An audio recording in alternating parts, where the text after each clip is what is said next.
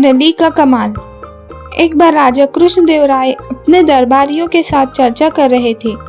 चर्चा करते करते अचानक बात चतुराई पर होने लगी। महाराज कृष्णदेव राय के दरबार में राजगुरु से लेकर कई अन्य दरबारी तेनालीराम से चलते थे। ऐसे में तेनालीराम को नीचा दिखाने के लिए एक मंत्री दरबार में बोल पड़ा, महाराज, दरबार में एक से बढ़कर एक बुद्धिमान और चतुर लोग मौजूद हैं और अगर मौका दिया जाए तो हम सभी अपनी चतुराई आपके सामने पेश कर सकते हैं। किंतु महाराज कृष्णदेव ने हैरत में पड़ते हुए पूछा, किंतु क्या मंत्री जी? इस पर सेनापति बोले, महाराज, मैं आपको बताता हूँ कि मंत्री जी के मन में क्या बात है। दरअसल इस दरबार में तेनालीराम के अलावा किसी को भी अपनी चतुराई साबित करने का मौका नहीं दिया जाता है। हर बार तेनालीराम ही चतुराई का श्रेय ले जाते हैं, तो ऐसे में दरबार के काफी लोग अपनी योग्यता कैसे दिखा सकते हैं। महाराज कृष्णदेव राय सेनापति की बात सुनकर समझ गए कि दरबार के सभी लोग तेनालीराम के विरोध में उतर आए हैं। इसके बाद महाराज कुछ देर शांत रहे और मन ही मन विचार करने लगे।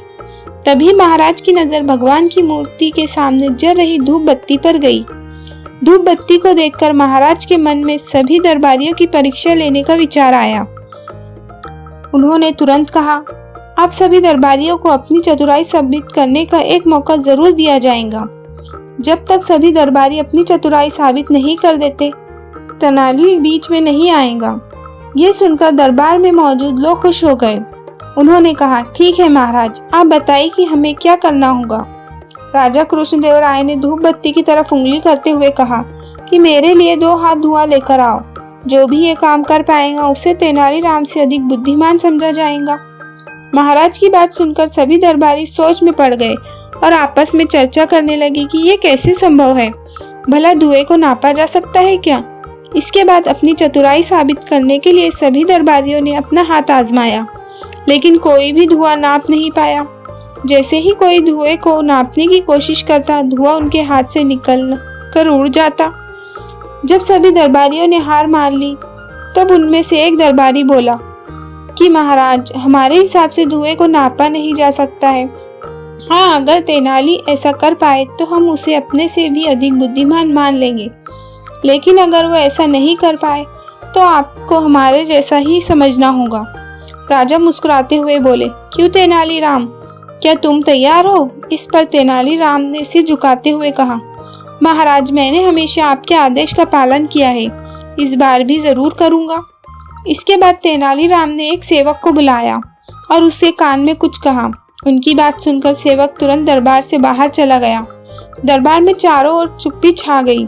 सभी ये देखने के लिए उतावले हुए जा रहे थे कि आखिर कैसे तेनालीराम राजा को 2 हाथ धुआं देता है। तभी सबकी नजर सेवक पर पड़ी, जो शीशे की बनी 2 हाथ लंबी नली लेकर दरबार में वापस आया था। तेनालीराम ने उस शीशे की नली का मुंह धूप बत्ती से निकलते धुएं पर लगा दिया।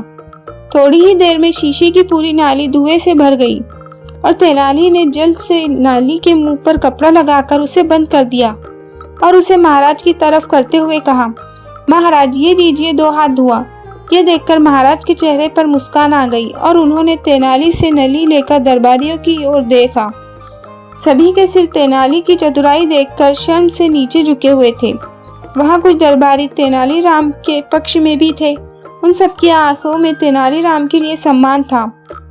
तेनालीराम की बुद्धिमानी और चतुराई देखकर राजा बोले, अब तो आप लोग ये समझ गए होंगे कि तेनालीराम की बराबरी करना संभव नहीं है। इसके जवाब में दरबारी कुछ भी बोल ना सके और उन लोगों ने चुपचाप सिर झुका लिया।